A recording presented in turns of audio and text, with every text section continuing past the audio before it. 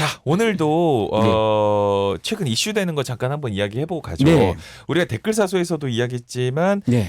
이재명 민주당 당대표의 피습 사건이라고 이야기하는 게 맞는 것 같아요. 회장님 어떻게 보셨습니까? 이게 이제 일반적인 사안하고 좀 다르잖아요. 네. 그렇죠. 우리가 이제 일반적인 범죄와는 결이 다르죠. 의미부여를 한다 그러면은 어떤 개인의 입장에서 하는 건 아니고 우리가 정치를 하고 있는 한 당의 대표에 대한 테러이기 때문에 네. 그렇게 규정하기 맞을 것 같고요. 네. 저도 뭐 개인적으로는 대학교 선배이시기 때문에 뭐 상당히 뭐 잘 되기를 바라는 마음을 갖고 있죠. 그렇지만 뭐 이제 그거야 이제 국민들이 선택하신 문제지만 그렇다고 내가 이제 싫어한다든지 개인적인 감정 갖고 다니는 그런 거 때문에 그렇게 사람의 생명을 앗아갈 수 있을 정도의 그런 네. 테러를 한다는 건 정말 잘못된 겁니다. 맞습니다. 이게 모르겠어요. 그 공간에 굉장히 많은 수사기관의 관련자분들이 계셨을 건데 순간 일어나는 걸 막을 수가 없거든요. 네. 그 이후 대처가 그나마 잘 이루어져서 지금 뭐 이제 치료를 받으시고 이제 또 그러니까요. 안정을 취하고 계신다고 하니까 그나마 이제 우리나라가 많은 의식 수준도 필요하지만은 그런 시스템이 상당히 잘 돼 있다는 생각도 들고요.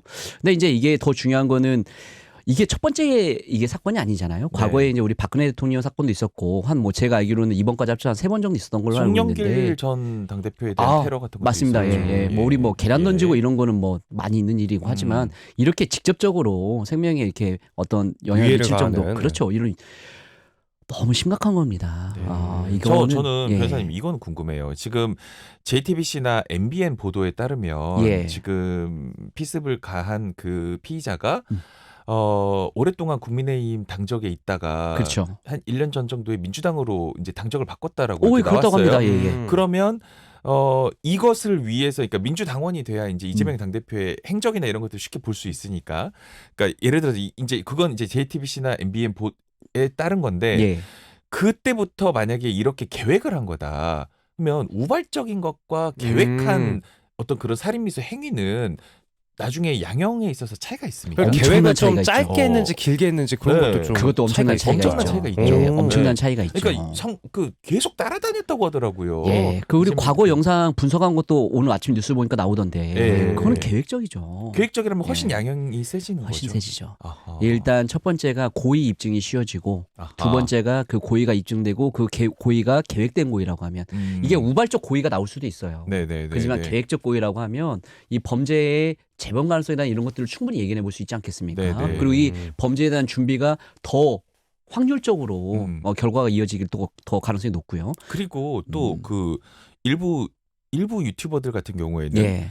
그 뭐 종이 칼로 찔렀다든가 뭐 음모 이런 막 거 나무젓가락 나무 이런 게 젓가락 나오던데. 이야기 가짜 나오고 뉴스들이. 이게 예. 만약에 가짜 뉴스로 밝혀진다면 예. 오늘 오전에 정청래 민주당 그 최고위원 의견 뭐 인터뷰 들어보니까 강력하게 대응하겠다 당 차원에서 네. 그러면 그런 것도 가짜 뉴스로 처벌될 수 있는 건가요? 처벌될 수 있죠. 어. 그런데 명예훼손이 될 가능성이 굉장히 아, 높고요. 그렇군요. 예, 처벌될 가능성이 충분히 있는 거고요.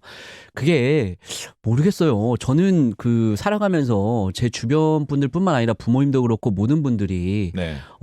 나를 나쁘게 생각하는 사람이 있으면 오히려 내가 사랑해버리라고 많이 알려주셨거든요. 그렇죠. 근데 아무런 관련도 없는데 맹목적인 어떤 목적을 가지고 그냥 나한테 잘못한 것도 없는 사람인데 맹목적인 목적을 가지고 악마화시키고 피해를 가하고 위해를 가하는 거 납득하기가 상당히 어려운데요. 근데 더 중요한 거는 그거를 미리 예측할 수 없다는 게 더 중요하잖아요. 네, 그래서 이제 우리가 이제 어떤 그런 부분들이 사실은 그 당대표이신 그런 뭐 어떻게 보면은 높은 지위에 있는 분들도 문제가 되지만 네. 개인적으로도 일을 하다 보면은 그런 일이 발생해요. 그러니까 모든 사람들을 다 밀어내고 멀리하고 이렇게 예. 할 수는 없잖아요. 그쵸. 생활 어떻게 속에서. 살아?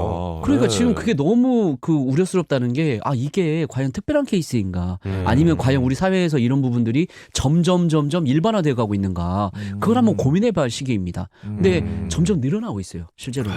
개인적인 관계에서도 나랑 아무런 관련이 없는데 저 사람이 너무 주변에서 그 인기가 많은 거예요. 그러니까 괴롭히는 거예요. 아니, 그러니까 저도 오랫동안 이 라디오를 좀 예. 다른 방송국에서도 이렇게 진행을 하면서 제가 느낀 것 중에 하나는 뭐냐면 정치인들과 정치인들이 아닌 분들의 차이가 하나가 있어요. 어떤 예를 들어서 게 있나요? 정치인들이 아니신 분들 기관장급들이 와요. 그러면 저랑만 악수를 해요. MC랑만. 예. 그러고 나서 이렇게 해요. 근데 정치인 분들이 오시면 PD, 아하, 작가, 모든 감독님 분들 다 돼야죠. 일단 악수 한 번 하고 그리고 시작해. 구경 오신 분들도 악수해야 되고. 오, 진짜 그래. 그러니까 정치인들은 그게 몸에 배신 분들이잖아요. 그렇죠. 대중 그렇죠. 정치인데. 예. 야, 이런 분들에게는 얼마나 큰 트라우마일까. 이런 생각마저. 마음이 아픕니다, 진짜. 네. 예. 구체적으로 좀 더 네. 진행된 점이 있으면 예, 한번 예. 또 얘기 나눠보도록 하겠습니다.